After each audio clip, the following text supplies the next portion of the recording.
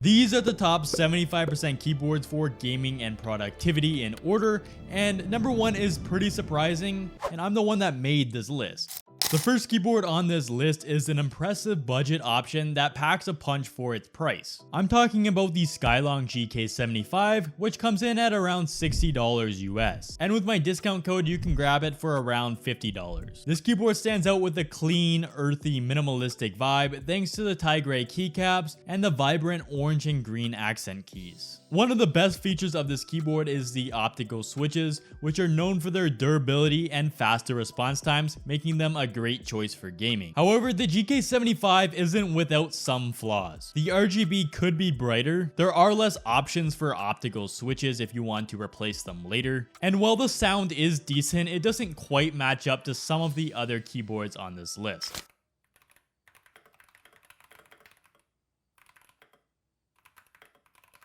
Still, for the price, it is a fantastic option. While the GK75 is great for the price, the next keyboard adds just a little bit more in terms of quality and performance, while also adding a pretty big feature. The KYK75 Pro may not have any groundbreaking features, but it's those subtle improvements that make it a good upgrade from the GK75 in my opinion. It does cost more at around $100 US, but you can usually find it for around $90 on Amazon. Design-wise, I prefer the K75 over the GK75 thanks to it having more angles and just solid looking keycaps. Speaking of keycaps, both have PBT plastic keycaps, but I find the K75 to have slightly better quality keycaps. Where you really start to notice the upgrades is in the switches and the overall sound. The K75 uses standard mechanical switches and is hot swappable, and while the GK75 also offers hot swap capability, you just don't have as many options when it comes to optical switches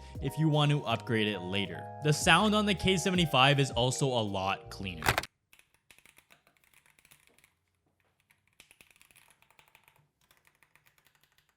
Where the GK75 has a bit of a pingy sound, especially with the spacebar, the K75 delivers a much more solid and satisfying sound profile when compared to the GK75, although it's still not quite perfect. The big feature the K75 offers that the GK75 doesn't is that it can be used wirelessly, which means that you can get rid of those cluttered cables on your desk and have a much cleaner setup. However, one thing it does lack compared to the GK75 is the volume knob, which might be a deal breaker for some. While the KYK75 Pro does bring wireless functionality to the table and is a solid improvement over the GK75, it still does have some room for improvement. That's exactly what the Epplemaker Th80 Pro does. Priced at $90 on Amazon, the Th80 Pro takes the KYK75 and improves on it pretty much in every single category. It not only keeps all the features that I liked in the K75 Pro, but it also adds onto it and makes each one of them a little bit better. The Th80 comes out of the box with pre-looped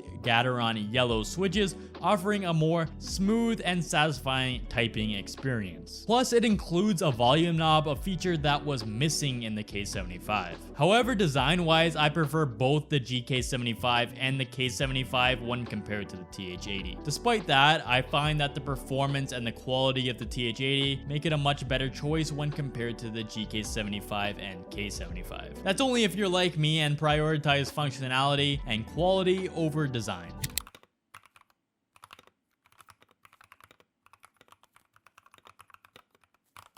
The Epplemaker Th80 Pro is a fantastic all-around keyboard, but when it comes to gaming, it isn't quite the best. That's where the drunk Deer A75 steps in, offering a feature that's a lot different than most other keyboards. At around $120 US, it's a lot more expensive than the other keyboards on this list, but trust me, there is a reason for that. It has a sleek design available in black, white, and gray, and absolutely insane RGB that none of the other keyboards even come close to. But the real game changer is the magnetic switches. These allow you to adjust the actuation from 0.2mm all the way to 3.8mm and offer rapid trigger technology, which allows the switch to reset as soon as you release it, making it great for fast-paced gaming. This is the same technology that Wooting uses in all their keyboards and why Wooting is such a popular keyboard brand. But this keyboard does it at half the price and to me has a much more sleek design, and I just like the look of this keyboard a lot more than the Wooting gaming keyboards. Of course, the quality and performance of this keyboard isn't going to be up to the par of a Wooting keyboard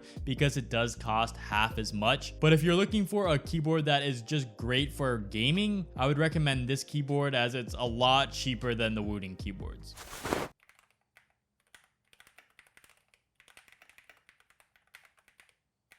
The only downside is it does use ABS plastic instead of PBT plastic for the keycaps, which means they're likely to wear down a little bit faster. Still, for anybody looking for an exceptional gaming keyboard without going over the budget, the Deer A75 is a fantastic option. But it still isn't my top option if you're looking for an overall thoughtful keyboard that's great for productivity.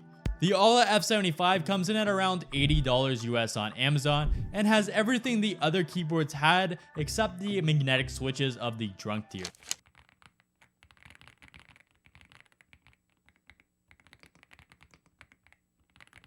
So if you're looking for a keyboard only for gaming, I'd still go with the Deer A75. However, if you want a keyboard that you can use for productivity and work and also game, I feel like the Alla F75 is the best overall option. You can always replace the switches later to make it better for gaming if you want to, but out of the box, you get one of the most stocky budget keyboards ever. Another great option similar to the Alla F75 is the HS AK820 Pro. But to find out which keyboard between those two is better, you're gonna have to watch this video of me comparing the both of them more in depth.